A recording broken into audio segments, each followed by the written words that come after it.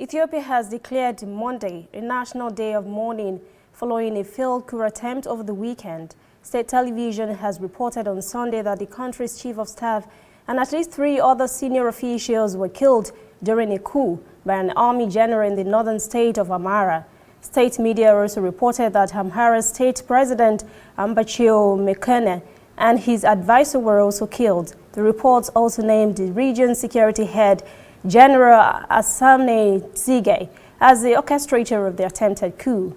Prime Minister Abiy Ahmed's government faces growing pressure from regional strongmen, including in Amhara, a flashpoint in growing ethnic violence in Ethiopia.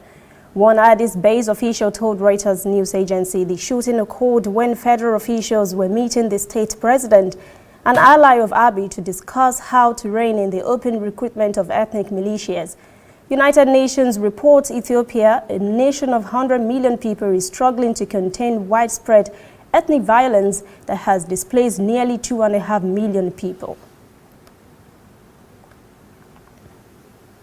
Mauritania's Electoral Commission has announced on Sunday ruling party candidate Mohamed Ould Ghazouani won an absolute majority of votes in the country's presidential election. Data published on the National Electoral Commission Senni's website shows 62-year-old UPR candidate and former defense minister Ghazouani winning 51.1% of the vote. President Mohamed Ould Abdel Aziz is stepping down as mandated by the Constitution after his 2 5-year terms. Saturday's elections were seen as the country's first democratic transition of power. In a statement released on Sunday, UN Secretary General for West Africa and the Sahel, Mohamed Ben Chambaz, congratulated the Mauritanian people for holding a peaceful presidential election. But on Saturday, opposition candidates held a press conference to call on citizens to take to the street in protest if they believe the elections were not held fairly. Many Mauritanians were weary of the honesty of elections after the Electoral Commission Senni refused C.A.R to employ foreign observers. We'll be back after this short break. Shining our eyes on breaking news, whether in the east or in the west, with Al-Shabaab in Somalia and Boko Haram in Nigeria, with turbulence in the north and agitation in the south. Wherever you live in Nigeria, wherever news happens in Africa, we've got it covered. ANN News, connecting Africans in a truly African spirit.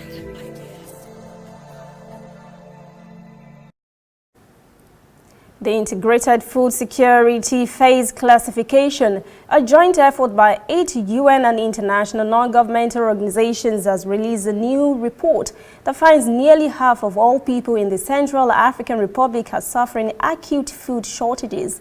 The latest assessment finds nearly 2 million persons in the country's Central African Republic are facing an emergency food crisis. Civil war in the country erupted in December 2013 and continues to take a heavy toll on its people. The country is in the midst of its so-called lean season, which goes from May to August. World Food Programme spokesman says, unfortunately, nearly 2 million persons do not know from where their next meal will come during this period. He says the hunger crisis will not be over when the lean season ends. The United Nations reports more than 500,000 refugees have fled to neighboring countries to escape the ravages of war. Nearly 700,000 persons remain displaced within the C.A.R.